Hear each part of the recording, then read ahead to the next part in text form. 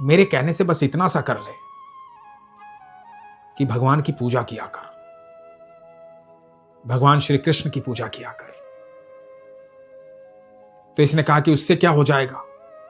बोला जब भगवान श्री कृष्ण की पूजा करेगा, विश्वास रखेगा, तो देखना तेरा जीवन बदल जाएगा, जीवन में सुख आ जाएगा, चेहरे पर मुस्कुराहट आ जाएगी। एक बार मेरे मानने से भगवान श्री कृष्ण की पूजा तो कर, विश्वास तो रख।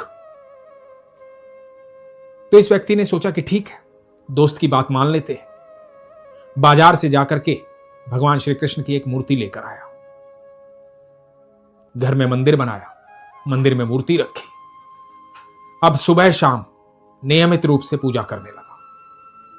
रोज पूजा करता, भगवान के सामने अपनी बात रखता कि भगवान मुझे नौकरी चाहिए, खूब धन चाहिए, बड़ा सा घर चाहिए, बड़ी गाड़ी चाहिए, मेरी व्यवस्थाएं करो। तो रोज अपनी डिमांड भगवान के सामने रखता, लेकिन मन अब भी दुखी था, मन अब भी परेशान था। जीवन में कोई सुख नहीं आया, कोई बदलाव नहीं हुआ। तो दोस्त को बोला कि भाई जीवन में कोई बदलाव नहीं हो रहा है, तेरे कहने से भगवान श्री कृष्ण की पूजा करता हूं। तो दोस्त ने कहा कि अभी थोड़े ही दिन तो हुए हैं, थोड़े दिन पूजा कर, विश्वास पैदा कर, तब देखना होगा चमत्कार। तो इस व्यक्ति ने कहा कि ठीक है। अब पूजा करता था, नियमित रूप से भगवान से बात करता था, भगवान से कहता था गाड़ी चाहिए, घर चाहिए, नौकरी चाहिए, अच्छी पत्नी चाहिए, सुख चाहिए, शांति चाहिए। रोज पूजा करता, रोज यही बात करता। समय बीतने लगा, करीबन 1 साल बीत गया, लेकिन जीवन में कोई बदलाव नहीं। जब जीवन में कोई बदलाव नहीं तो मन बड़ा दुखी हो गया और अपने दोस्त से जाकर के झगड़ा किया और दोस्त से कहा कि सुन, 1 साल हो गया है मुझे, कुछ नहीं हुआ, कुछ नहीं करते तेरे कृष्ण, कोई फायदा नहीं है पूजा पाठ करने से। तो एक दूसरा दोस्त वहां पर था, उसने कहा सुन मेरी बात, मैं तुझे सही बताता हूं, मैं माता रानी की पूजा करता हूं और मेरे जीवन में देख कितनी खुशहाली है। मेरे तो जीवन के सारे काम माता रानी ने बनाए हैं, मां भगवती की कृपा से सब कुछ है मेरे पास।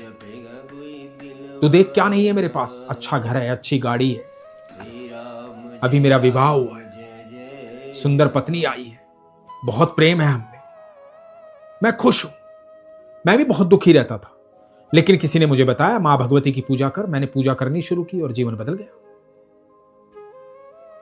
तो तू मां भगवती की पूजा करनी शुरू कर।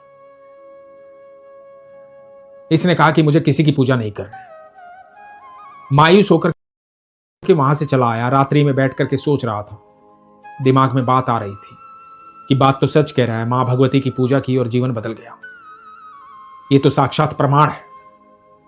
अगले दिन सुबह गया, मां भगवती की मूर्ति लेकर आया, अपने मंदिर से भगवान श्री कृष्ण की मूर्ति हटाई और उसे ऊपर अलमारी पर रख दिया और मंदिर में मां भगवती की मूर्ति रख दी।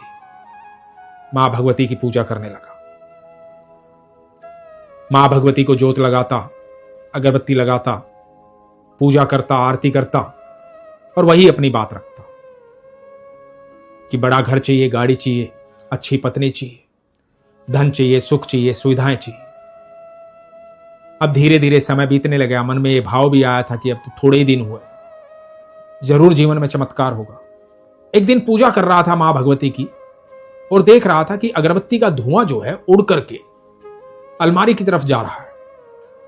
मन में भाव आया कि शायद मां भगवती इसलिए नहीं सुन रही है क्योंकि धुआं यहां से उड़ करके वो ऊपर रखी कृष्ण की मूर्ति के पास जा रहा है और कृष्ण उसका आनंद ले रहे हैं। मन में जैसे ही ये भाव आया तो समझ गया कि इसलिए मां भगवती भी मेरा कोई काम नहीं कर रही है, क्योंकि धुआं तो कृष्ण के पास जा रहा है, कृष्ण की मूर्ति वहां रखी है, कृष्ण इसका आनंद ले रहे हैं।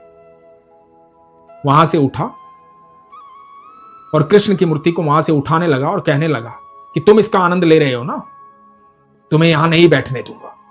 और जैसे ही मूर्ति को उठाया, भगवान प्रकट हुए, ठाकुर जी प्रकट हो गए। ठाकुर जी मुस्कुराए और ये देखता रह गया, हैरान हो गया। इसने कहा मैंने 1 साल आपकी पूजा की, नियमित रूप से पूजा की, तब आप प्रकट नहीं हुए। आज जब मैं आपको यहां से उठा करके ले जाने लगा विसर्जित करने के लिए, तो आप प्रकट हो गए। ऐसे क्यों प्रकट हो गए आप? आपको चिंता हो गई थी, आपको डर हो गया था यहां से जाने का, क्योंकि आज के बाद आपको जो जोत लगाता हूं मैं, जो अगरबत्ती लगाता हूं, उसकी खुशबू नहीं मिलती, जो भोग लगाता हूं उसकी खुशबू नहीं मिलती, इसलिए प्रकट हो गए आप। भगवान मुस्कुराए। भगवान ने कहा कि अब से पहले तुम सिर्फ मुझे मूर्ति समझ रहे थे, एक मूर्ति की पूजा करते थे, एक मूर्ति के सामने जोत लगाते, अगरबत्ती लगाते, भोग लगाते, अपनी इच्छाएं प्रकट करते। तुमने मुझे कभी भगवान समझा ही नहीं। आज पहली बार तुम्हें यह एहसास हुआ कि जो भोग तुम लगाते हो, जो अगरबत्ती तुम लगाते हो, उसकी खुशबू मुझ तक पहुंच रही है, मैं उसका आनंद ले रहा हूं। पहली बार तुमने मूर्ति के रूप में नहीं सोचा, तुम्हें लगा कि मैं साक्षात यहां पर हूं, इसीलिए मैं आनंद ले रहा हूं। और जैसे ही तुम्हारा विश्वास इतना प्रगाढ़ हुआ कि तुम्हें लगने लगा कि मैं तुम्हारे भोग का, तुम्हारी अगरबत्ती का आनंद ले रहा हूं, वैसे ही मैं प्रकट हो गया, क्योंकि आज तुमने मुझ पर विश्वास किया है। अब तुम्हारी सारी चिंताएं, सारा दुख अपने आप दूर हो जाएगा। दोस्तों, हमारे घर में बहुत सारी मूर्तियां हैं मंदिर में, रोज जोत बत्ती करते हैं, भोग भी लगाते हैं, नियमित रूप से उठते भी हैं, प्रार्थना भी करते हैं, लेकिन क्या कभी सोचा है कि वो मूर्तियां नहीं है, साक्षात भगवान विराजमान है? क्या कभी उस तरीके से बैठ करके भगवान से बात की है? कभी भगवान से पूछा है, प्रभु आप कैसे हैं? प्रभु आप आनंद में हैं, आप खुश हैं, आप प्रसन्न हैं ना प्रभु? कभी ये महसूस किया है कि वो मूर्तियां नहीं है, साक्षात ईश्वर बैठे हुए, ये सोचकर उनसे बात की है, ये सोचकर उनसे वार्तालाप किया है? जिस दिन ये सोच करके वार्तालाप करोगे ना, उनसे बात करोगे ना, तो भले ही जोत भी मत लगाना, भले ही अगरबत्ती भी मत लगाना, बस ये मान लेना कि साक्षात ईश्वर बैठे हैं, उनसे वार्तालाप करना, तो यकीन मानना आपकी हर बात भगवान सुनेंगे। और जैसे हम आपस में बात करते हैं, वैसे ही भगवान भी आपसे बात करेंगे। वो सच में बात करते हैं, साक्षात बात करते हैं। आप उनकी बातें समझ पाएंगे, आप तक वो आवाज पहुंचेगी, लेकिन कब? जब आपको यह विश्वास हो जाएगा कि आपकी आवाज उन तक पहुंचती है, तब। और यह विश्वास कैसे होगा? जब आप उन्हें मूर्ति नहीं मानेंगे, साक्षात मानेंगे। यकीन मानना दोस्तों, कुछ दिन, सिर्फ कुछ दिन ये करके देखो। घर से बाहर जाओ सुबह, तो भगवान को अपने पूरे दिन की दिनचर्या बता करके जाओ कि प्रभु आज मेरे दिन का शेड्यूल ये है, मैं ये करने वाला हूं। और जब रात्रि में घर पर वापस आओ, तो भगवान को आकर बताओ कि प्रभु आज सारे दिन में ये घटित हुआ। सुबह जब प्रभु के पास से जाएंगे और प्रभु को कहेंगे कि प्रभु मेरे साथ रहिएगा इस दिनचर्या में, तो यकीन मानना आपको सारा दिन ईश्वर की अनुभूति होगी कि ईश्वर हर कार्य में आपके साथ है। और जब रात्रि में आकर के आप भगवान को बताएंगे कि प्रभु आज ये घटित हुआ है, तो यकीन मानना आप निश्चिंत होकर के सो पाएंगे। जीवन में सुख आ जाएगा, खुशी आ जाएगी, प्रसन्नता आ जाएगी, सारे दुख दूर हो जाएंगे। लेकिन इसके लिए विश्वास की आवश्यकता है।